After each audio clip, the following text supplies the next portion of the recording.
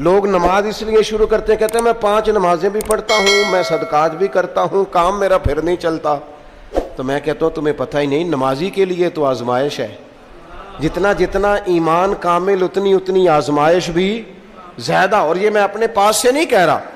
حضرت ابو سعید خدری رضی اللہ تعالیٰ عنہ فرماتے ہیں میں نبی پاک علیہ الصلوۃ والسلام کی خدمت میں حاضر ہوا اور حضور کے دست مبارک کو چومنے کے لیے میں نے اپنے ہاتھ جب آگے کیے تو تپش تھی، تیز بخار تھا نبی پاک کو. تو حضرت ابو سعید خدری رضی اللہ تعالیٰ عنہ ارشاد فرماتے ہیں کہ میں نے، یہ سنن ابن ماجہ میں موجود ہے، فرماتے میں نے عرض کیا یا رسول اللہ صلی اللہ علیہ وسلم اتنا تیز بخار؟ حضور فرمانے لگے ہم پر جو آزمائشیں آتی ہیں نا انبیاء پر، وہ عام لوگوں سے دگنا آتی ہیں. یہ تو لاڈلے ہیں، یہ تو محبوب ہیں اللہ کے.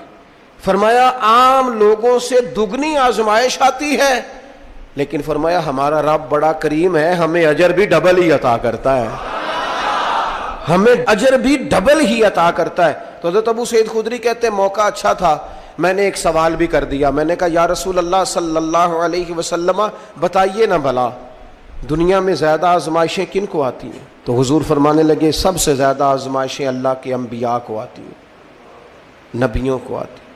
حضور اس کے بعد فرمایا اس کے بعد جو ان کے زیادہ قریب ہوتا ہے اسے آتی ہیں. لوگ کیا سمجھیں گے امام حسن کی آزمائش کو؟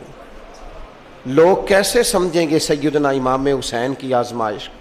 فرمایا جو ان کے زیادہ قریب ہوتا ہے اسے زیادہ آزمائش آتی ہے. تو حضور کے سب سے قریب تو امام حسن ہے نا، امام حسین ہے نا. تو کیا سمجھتا ہے قربت بس نسبت کے اظہار کا نام ہے اور بڑے لطف کے ساتھ زندگی گزارنے کا نام ہے؟ تو نبی پاک علیہ الصلوۃ والسلام نے فرمایا بات بڑی مزے کی ہے. فرمایا پھر اللہ کے بعض بندے تو ایسے ہوتے ہیں جنہیں اللہ فقر میں مبتلا کر دیتا ہے. فرمایا ان کے پاس صرف ایک چادر رہ جاتی ہے، اتنا فقر ان کے پاس آتا ہے. لیکن جو حدیث کے آخری لفظ ہیں نا وہ وجد والے ہیں، وہ وجد والے ہیں، وہ سرور والے ہیں. ہمارا یہ مزاج ہوتا ہے کہ میٹھا میٹھا کھا جاؤ اور ذرا کڑوا آ جائے تو سویرے بھی رو شام بھی رو، حال ہی کوئی نہیں، غریبی بڑی، پریشانی بڑی، حضرت صاحب گھر سے بیماری جاتی نہیں.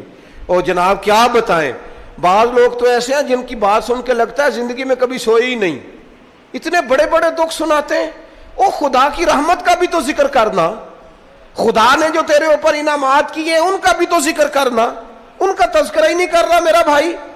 نبی پاک علیہ السلام نے فرمایا ان لوگوں پر دکھ آتے ہیں پر قربان ہونے کو جی چاہتا ہے ان لفظوں پر. حضور فرمانے لگے وہ رب کی طرف سے آنے والے دکھ پر بھی اس طرح راضی ہوتے ہیں جس طرح تم میں سے کوئی راحت ملنے پر راضی ہوتا ہے. سکون والی چیز ملنے پر جس طرح تم راضی ہوتے ہو اس طرح وہ دکھوں پر بھی راضی ہوتے ہیں. دکھ قبول محمد بخشا، دکھ قبول محمد بخشا. پر ایک شرط لگائی چھوٹی سی میاں صاحب نے، انہوں نے کہا 100 دفعہ قبول ہے، دکھ 100 دفعہ قبول. دکھ قبول محمد بخشا پر راضی رہن پیارے.